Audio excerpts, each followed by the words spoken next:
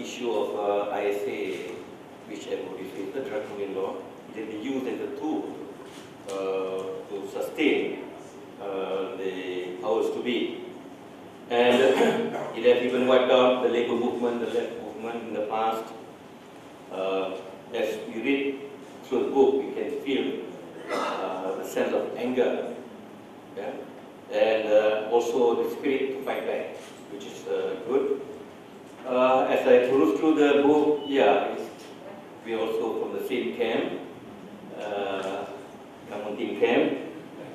So I can relate to the experiences that he goes through, the problem that he has gone through.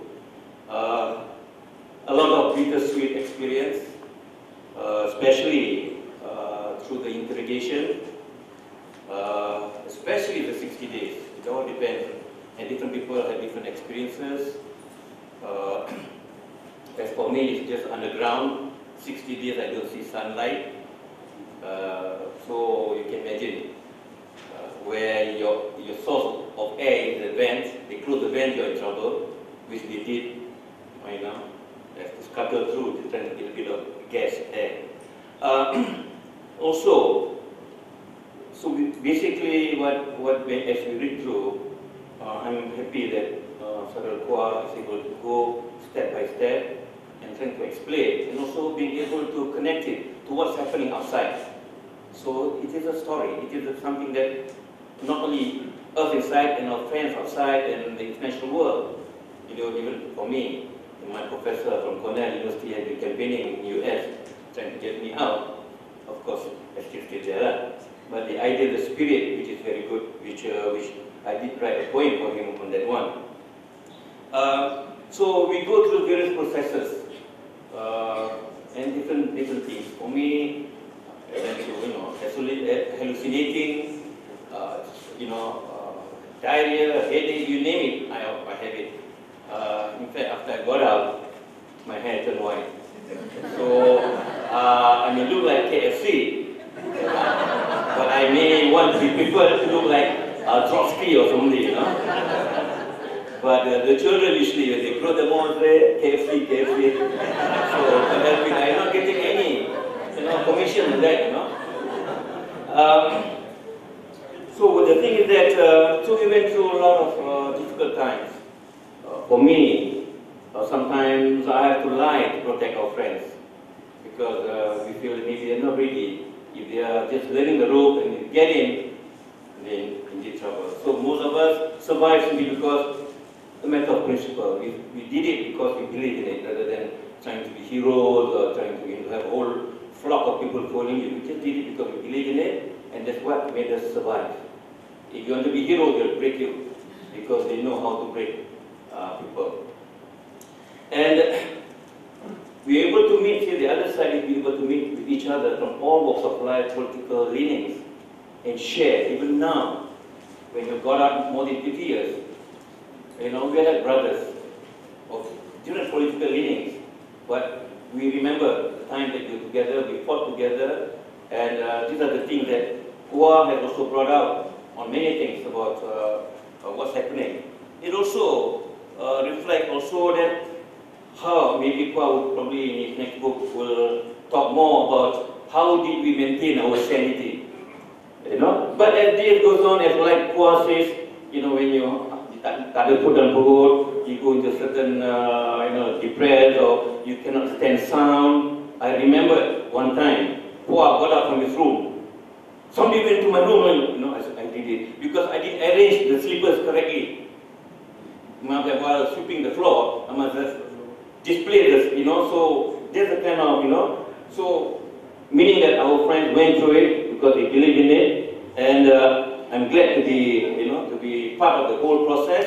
Not glad because I've been detained, but then to have friends with a lot of principle. So the review board for me, I did write something. It says, give reasons why we should not detain you further. So my answer, I do not wish to plead on grounds of rationality because my detention itself is irrational. I will only plead on grounds of conscience if it exists anymore. If all else fail, I leave my faith to truth, to history, to God. Yeah, basically the enemy walked out. because there's nothing there. We know they are also not in control, because it is a political decision why we are there, rather than this reward. And Kua also mentioned in his book about the hunger strike that we had songs, and I also read a poem. So as I perused through the poem that I wrote on that day, things have not changed at all. Nothing has changed, you know. And I mean, it's a long, long battle. So I just read the poem that I read during that time. The title, Time Passed Us By. Time passes by, the humid breeze, the sputtering rain, shattering the reluctant inferno, the sweltering nights engulfing the lonely beings, plastered against the recalcitrant dance.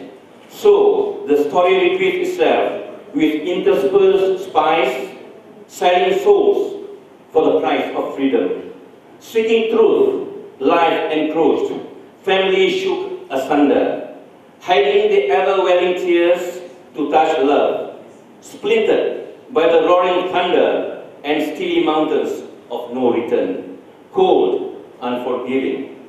Time passes by, those on transit bade their exit, some mesmerized by the rupturing coils of the phone, some clenched their fists, caressing troubled conscience, retrieving the future.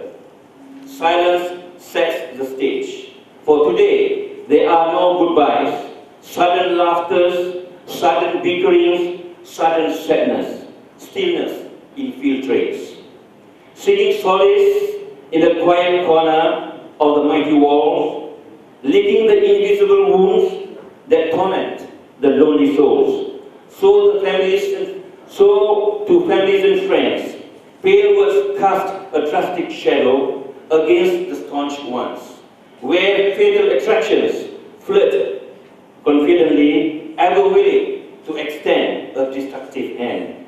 A year passes by, the anniversary of unscrupulous politics started with racism, corruption, power, profits, and disguised exploitations, bleeding the nation with overtures and repression. So, a system wages war against itself, destroying every fiber of dignity that prides on humanity.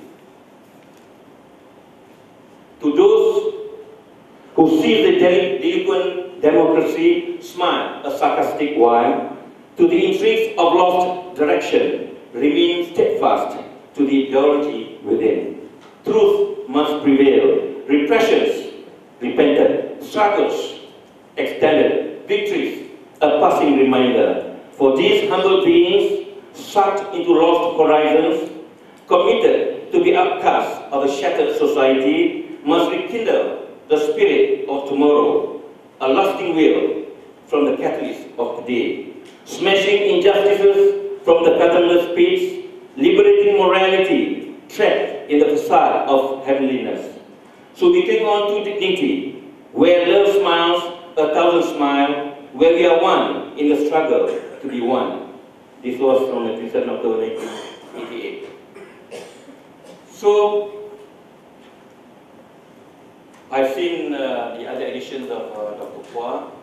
I'm impressed, and I hope Dr. Kua will continue to write, because, you know, as I look through, it touches a chord somewhere in my own experience. But we became stronger, wiser, maybe. But at least we know what we are facing, and we move on. And so I think I'll end here with Kua's book, with the information, the details, because I don't think I can do better than this. Maybe I won't be able to do it, because Kua is also the intellectual, okay? So he can take up the, you know, equate it, and which is good, which I'm totally impressed. Thank you very much.